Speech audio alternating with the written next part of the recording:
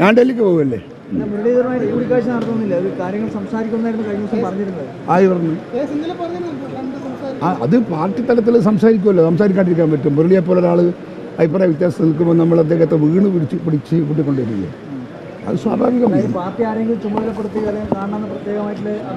ചുമതലപ്പെടുത്തിയില്ല, ചുമതലപ്പെടുത്തും. അത് മുൻകൂട്ടി നിങ്ങളുടെയൊക്കെ പറയുന്നത് ശരിയല്ല. ഇന്ന് കൂടിക്കാഴ്ചയില്ലല്ലേ? മുരളീധരനുമായി കൂടിക്കാഴ്ചയുണ്ടോ? ഇല്ല.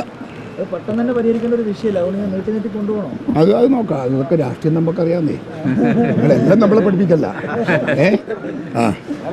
എപ്പോഴാണ് കത്തിവെക്കേണ്ടത്, എപ്പോഴാണ് കൊത്തേണ്ടുന്നത്, എപ്പോഴാണ് കയറേണ്ടത്, എപ്പോഴാണ് സ്റ്റിച്ച് ചെയ്യേണ്ടത്, അതൊക്കെ നമുക്കറിയാം. നമ്മൾ നല്ല ഓപ്പറേറ്റേഴ്സാണ് കേട്ടോ. അതൊക്കെ പാർട്ടി തീരുമാനിക്കേണ്ടതാണ്. ഏടെ വേണ്ടിക്കലും അദ്ദേഹത്തെ മത്സരിപ്പിക്കാൻ നമുക്കെന്താ തടസ്സം? ഒന്നുമില്ല.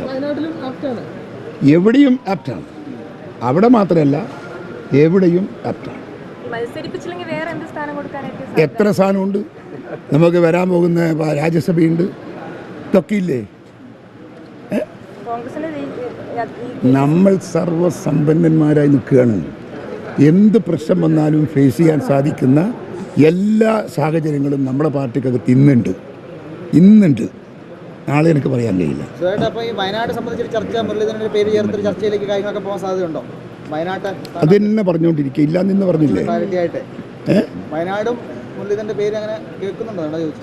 വയനാട് എന്തെങ്കിലും പറയാം, അത് അവിടെ അദ്ദേഹത്തിൻ്റെ തീരുമാനം വരാതെ അന്ന് ആലോചിക്കാൻ പറ്റുമോ? രാഹുൽ ഗാന്ധിൻ്റെ തീരുമാനം വരണ്ടേ? അതിന് രക്ഷയില്ല, എല്ലാം തീരുമാനിക്കാൻ പറ്റുള്ളൂ. എന്താ അത് പാർട്ടിയല്ലേ തീരുമാനിക്കുക? കേസ് ധാരണ ഞാൻ ഒറ്റയ്ക്ക് തീരുമാനിച്ചാൽ പാർട്ടി അംഗീകരിക്കുമോ? എന്നെ പാർട്ടിയിൽ നിന്ന് പുറത്താക്കിക്കണം നിങ്ങൾക്ക്? അത് വരൂലേ? ഒരു ഇലക്ഷൻ വരുമ്പോൾ ഒരു സ്ഥാനാർത്ഥിയെ കുറിച്ചിട്ട് അഭ്യൂഹങ്ങൾ വരൂലേ? ഇതിലൊരു പുതിയ സംഭവമാണ്. പരിചയസമ്പത്തുള്ള ഒരാളെയാണോ അല്ല യുവാക്കളായിട്ടുള്ള ആൾക്കാരാണോ പാലക്കാട് കൂടുതലായി? ഞാൻ നല്ല പരിചയസമ്പന്നനായ രാഷ്ട്രീയക്കാരനാണ്.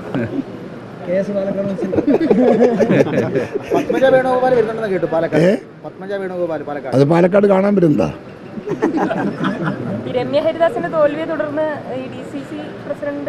ഇത്തിരി പ്രശ്നങ്ങളുണ്ട്, ഒക്കെ ആലോചിക്കണം. എന്തായാലും അതിന് അവരുടെ പരാജയത്തിൻ്റെ കാരണത്തെക്കുറിച്ച് നമ്മൾ അന്വേഷണം തുടങ്ങി. അതെല്ലാം അന്വേഷിക്കാതിരിക്കാനൊന്നും സാധിക്കില്ല. പാർട്ടി എടുക്കുന്ന തീരുമാനം അംഗീകരിച്ചിട്ടില്ലെങ്കിൽ പാർട്ടിക്കകത്ത് ഉണ്ടാവില്ല, അതാരായാലും. അതിനോട് സഹകരിച്ചവർ കൊടുക്കേണ്ട എവിഡൻസ് കൊടുക്കണം. അതിനനുസരിച്ച് പാർട്ടി തീരുമാനമെടുക്കും. ആ തീരുമാനത്തിൻ്റെ പുറത്ത് നടപടി ഉണ്ടാവും. അതൊക്കെയാണ് പാർട്ടിയുടെ സിസ്റ്റം. അതിവിടെയും ഉണ്ടാവും. അതിലെന്തെങ്കിലും തെറ്റുണ്ടെങ്കിൽ നടപടി ഉണ്ടാവും. അന്വേഷണത്തിൽ റിപ്പോർട്ട് വേണ്ടേ? അന്വേഷിക്കുന്ന റിപ്പോർട്ട് വന്നാൽ അതിൻ്റെ അകത്ത് നടപടി എടുക്കേണ്ട കുറ്റങ്ങളുണ്ടെങ്കിൽ നടപടി എടുക്കും. പ്രാഥമികമായിട്ടുള്ള വിലയിരുത്തൽ നടത്തിയിട്ടുണ്ടാവുമല്ലോ തൃശ്ശൂർ ഉൾപ്പെടെയുള്ള സ്ഥലങ്ങളിൽ. ഇതിനെന്തെങ്കിലും തരത്തിലുള്ള വീഴ്ച സംഭവിച്ചു എന്നുള്ള കണ്ടെത്തലുണ്ടോ? പ്രാഥമികമായിട്ടുള്ള ഒരു വിലയിരുത്തൽ അങ്ങനെയൊന്നും ഞങ്ങൾക്ക് അങ്ങനെ റിപ്പോർട്ട് കിട്ടിയിട്ടില്ല. പക്ഷേ അവിടുത്തെ ജില്ലാതലത്തിൽ അതൊക്കെ നടത്തിയിട്ടുണ്ട്. പക്ഷേ അത് നമുക്ക് we are not get it. ഒരു പോരായ്മ സംഭവിച്ചിട്ടുണ്ട്. അതിനൊക്കറിയില്ല, ഇപ്പം പരിശോധിച്ചാലേ മനസ്സിലാവും.